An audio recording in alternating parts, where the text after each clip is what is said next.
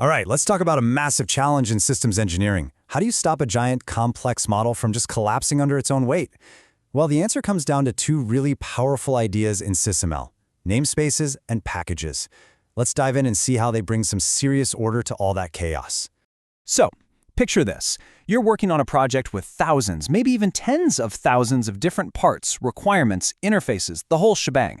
How in the world do you find anything? And maybe more importantly, how do you make sure the engine controller you're working on doesn't get mixed up with the engine controller someone on another team is building?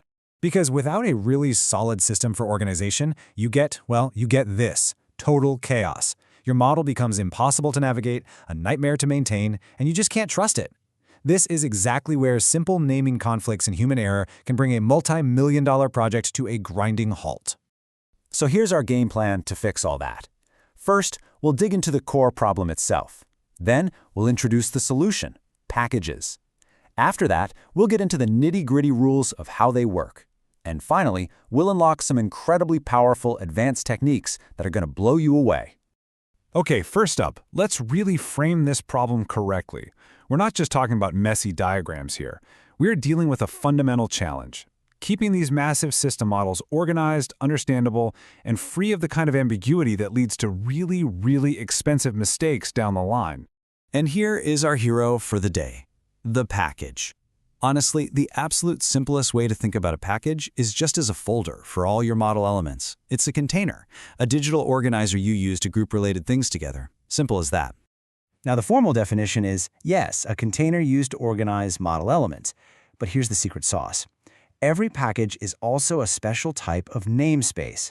And that is what gives it superpowers, like being able to filter what you import into it or grabbing entire hierarchies of elements all at once.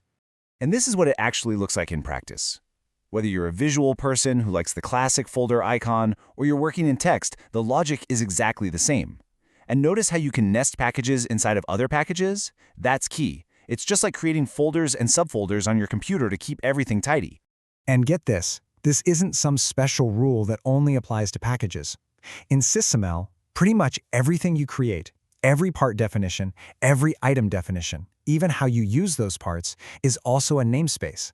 That's huge, because it means the same rules for organization and naming apply across your entire model. It creates this beautifully consistent system.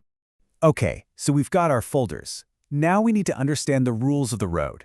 This next part is all about three key concepts: how we name things to find them, what it means for a folder to own something, and how these folders share information with each other. Rule number one is all about finding stuff.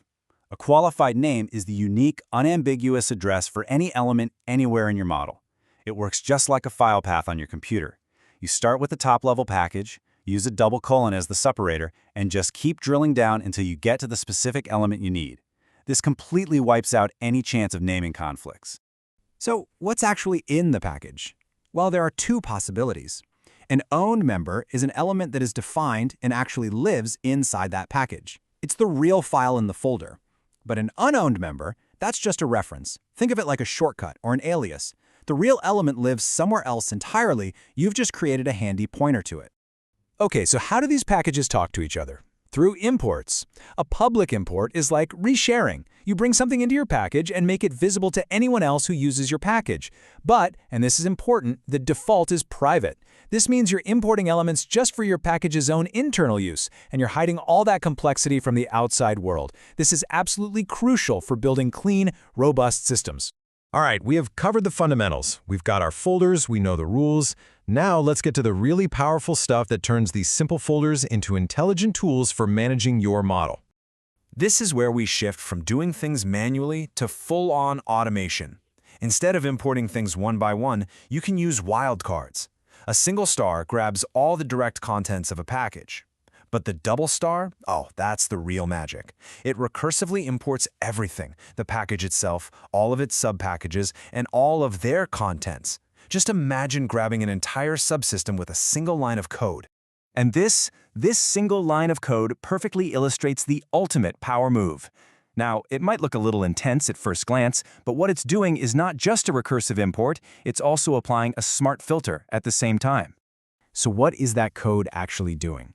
It's telling your package to go search through the entire design model and automatically create a view that contains only the elements that meet a specific set of rules. In this case, they have to be approved and they have to be at a maturity level greater than 1. Think about that. You could create a package that automatically pulls in all requirements for the safety team, or one that only shows interfaces that have passed testing. This isn't just organizing. It's building an intelligent, self-updating view of your system. So, let's do a quick recap. Here's your cheat sheet. First, use qualified names, like package element, to give everything its own unique address. Second, an alias is just a reference, not a new copy.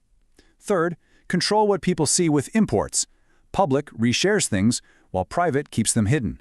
Fourth, use wildcards to automate. A single star for the direct contents, a double star to grab everything recursively. And finally, never forget. Almost everything in SysML is a namespace, so these powerful rules apply everywhere.